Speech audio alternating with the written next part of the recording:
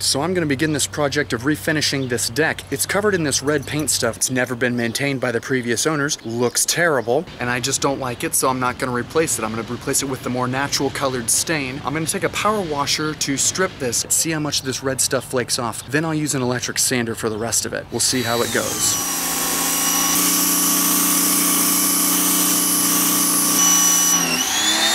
So I would say that this is not working.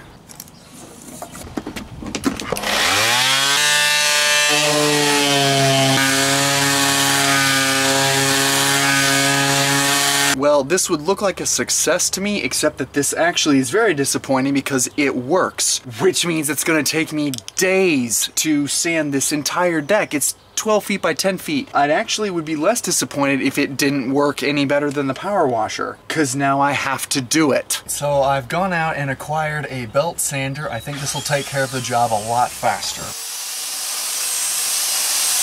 Well, I got half the deck sanded before the belt sander burnt up, so either I was working it too hard or it was low quality.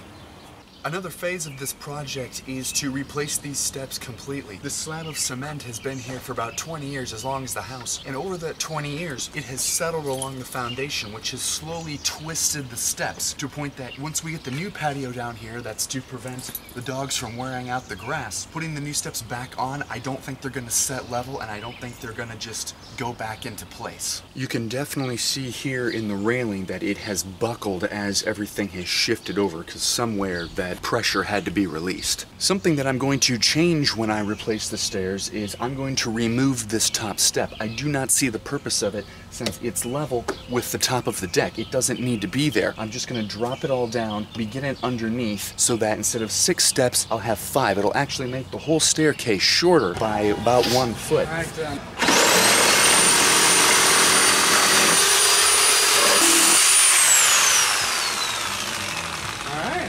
Can't carry it any further than this. Oh, is it heavy? A little bit.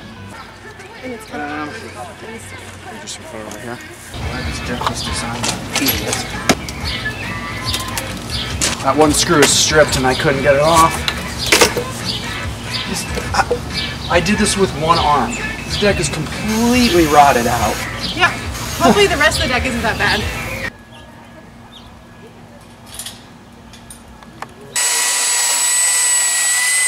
Because I'm dropping down the top step 1 whole layer, I no longer have a place to attach the stringer to. The previous steps went here, and now they're gonna go down here. But since there's no material there from the deck, I've built this extra section which can go up underneath here, providing a place for the stringer to be bolted to.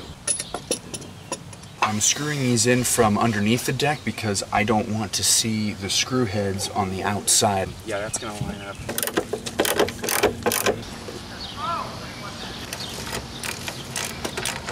While at the store, I found steps with tread on them so the dogs won't fall down them when they're wet or icy anymore. Don't want to go too much.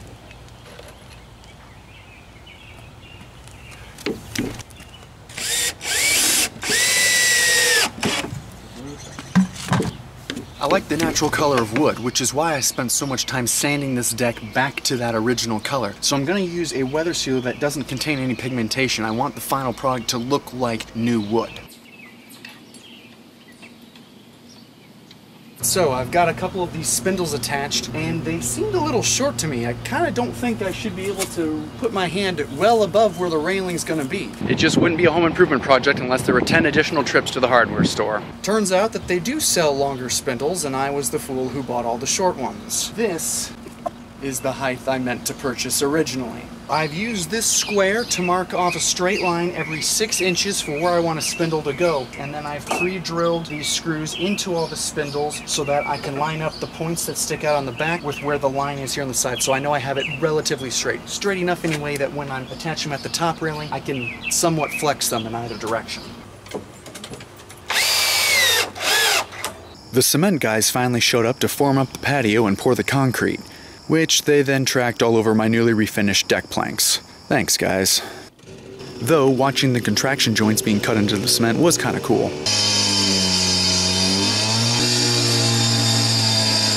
For the railing, I want to make sure that it slopes down at the same angle as the stairs. I don't know how a real carpenter would figure that out, but I've got this little protractor from my old math classes that I'm going to use to measure the underside of the stringers and compare that angle to the side of the deck.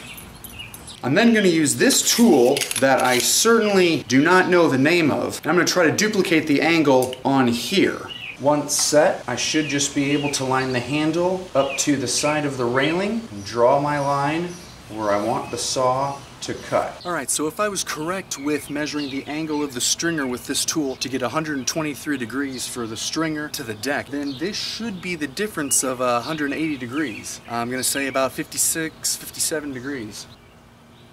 Not bad. And with that, this project is complete. Now it's time to sit back in the sun with a cold one and enjoy my newly rejuvenated deck. This project took me a long time. In fact, if you notice at the beginning of the video, I didn't have a beard. There were a lot of learning experiences, and I think the biggest lesson that I learned was that this project sucked and I will never do this again. On that note, thank you very much for watching. If you're interested in other do-it-yourself videos that I've made, you can see the above ground garden right here that Heather and I put together earlier in the spring. And if you like the content that I'm producing, then you can subscribe to my YouTube channel by clicking down here. Thank you very much for watching. I will see you next month on the 15th.